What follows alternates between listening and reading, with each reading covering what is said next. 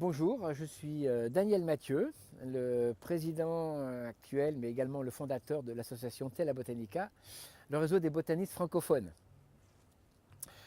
Comment regrouper l'ensemble des botanistes qui se posent des questions voisines? Comment partager leurs connaissances à l'échelle internationale?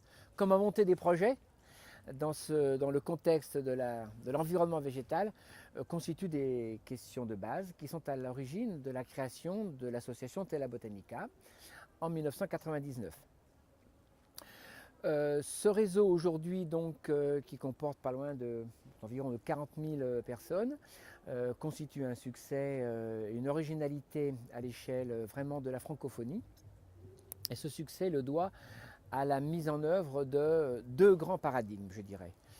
Le premier paradigme est celui qui nous est proposé, qui nous est toujours proposé par Edgar Morin sur l'organisation, enfin sur la structuration des réseaux complexes, des réseaux humains complexes, qui donne une vision systémique de la société et nous permet de mettre l'accent sur les relations entre les individus plutôt que sur les individus eux-mêmes. Le deuxième paradigme est celui qui a été énoncé par les différentes idées proposées par Jean-Michel Cornu concernant cette fois la dynamique des réseaux, leur fonctionnement et leur animation au cours du temps. Le succès donc de ce réseau est lié à la mise en œuvre pratique de ces deux paradigmes. Notamment l'application assez rigoureuse des 9 principes qui ont été énoncés par Jean-Michel dans son ouvrage Les pratiques, la coopération, nouvelles approches qu'il a dû éditer aux environs des années 2000, sont d'une redoutable efficacité lorsqu'on veut monter un réseau collaboratif.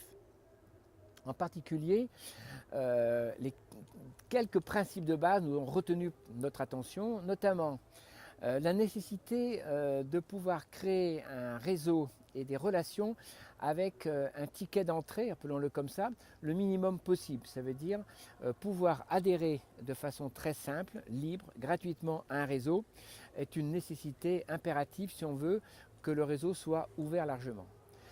Le deuxième aspect qu'on a retenu qui nous paraît très important aussi, c'est celui de ne pas se couper de tâches qui sont accomplies par des salariés pour toutes les actions qui, elles, sont absolument vitales pour le réseau. Je prends l'exemple des serveurs botaniques, sont nécessairement maintenus par des personnes qui sont compétentes et dont le service est assuré sur le long terme.